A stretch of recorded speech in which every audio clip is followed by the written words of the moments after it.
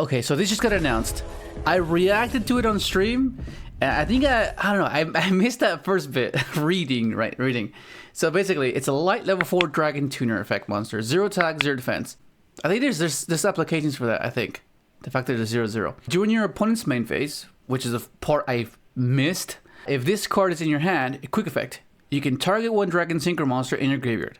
Special summon this card, and if you do, special summon the targeted monster, but its effects are negated.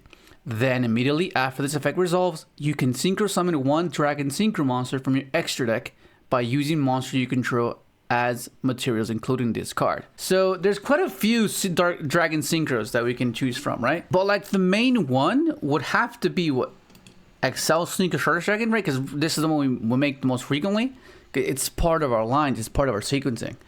But you can take into account other things you can do, right? Because for the most part, if you reborn an 8, it's going to be most likely summoning a Crimson Dragon, right?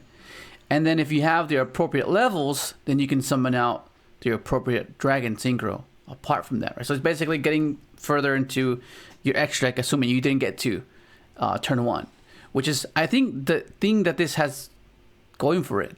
If you get disrupted and you were unable to fulfill your board, right? Let's say you have to choose between making a Crimson or making a Baron, then of course you're gonna make a Baron because obviously you don't have the sufficient amount of materials to make Crimson and then make the other high level Synchro to target it and then summon out a Synchro Dragon with Crimson Dragon's effect. You know what I mean? So it has that going for it. It's an obscure interaction, I think, because if you think about it, it allows you to kind of dodge like blowout cards like Dark Ruler, Book of Eclipse, Evenly Matched, right? Because that means that you can afford to keep a particular Synchro and then still have another interaction that it's kind of obscure to play around. Because it's unexpected. At the end of the day, it's basically a hand trap, which equates to an interaction. Let me try to depict a scenario. Let's say for whatever reason you end up making a Sigma, right? Somewhere, assuming you want a Calamity Lux though.